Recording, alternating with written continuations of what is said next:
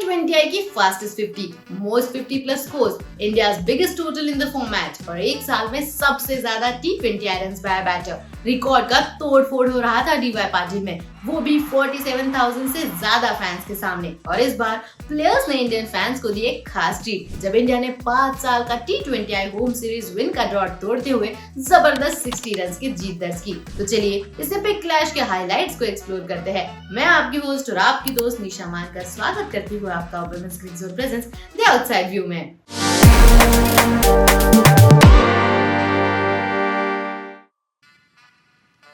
मानधना है तो मैजिक है।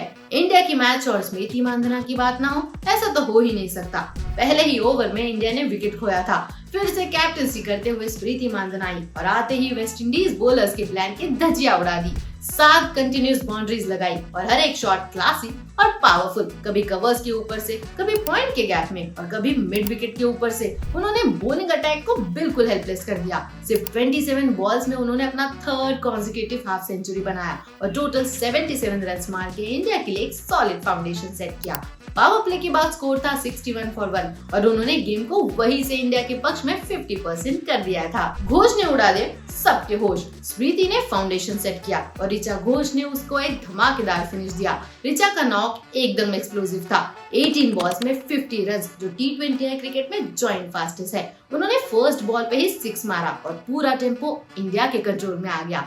3 चौके और 5 छक्के लगाकर उन्होंने हर कॉर्नर में बॉल पहुंचाया। ऋचा की बैटिंग ने दिखाया कि फायर पावर इंडिया के पास कितना शानदार है और जब फाइनल ओवर्स में इंडिया 64 रन्स बनाती है तो इसका सबसे बड़ा क्रेडिट उन्हें ही जाता है।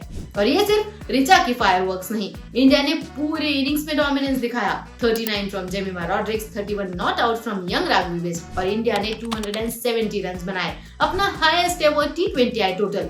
ये एक बड़ा स्टेटमेंट था, एक चैंपियनशिप परफॉर्मेंस जिसमें टॉप ऑर्डर से लेकर लोअर ऑर्डर तक सबने अपना काम किया। अब बात बॉलिंग की करें तो राधा यादव तो छा गई। उन्होंने 4 विकेट्स लेकर वेस्ट इंडीज के पास जो भी होप थे सारे ही खत्म कर दिए और इनमें था big wicket of Hayley Matthews. Accurate line और वेरिएशन के साथ उन्होंने मिडिल ऑर्डर को बांध दिया और राधा ने क्लियरली मैच जिताने में एक बड़ा रोल प्ले किया है।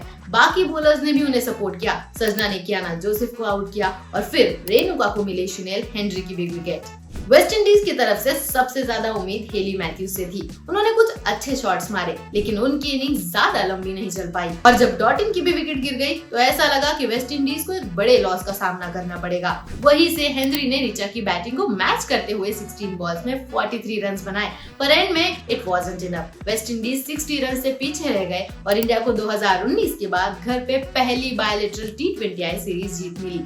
इंडिया के लिए यह सीरीज सिर्फ एक जीत नहीं है बल्कि एक बड़ा स्टेटमेंट था।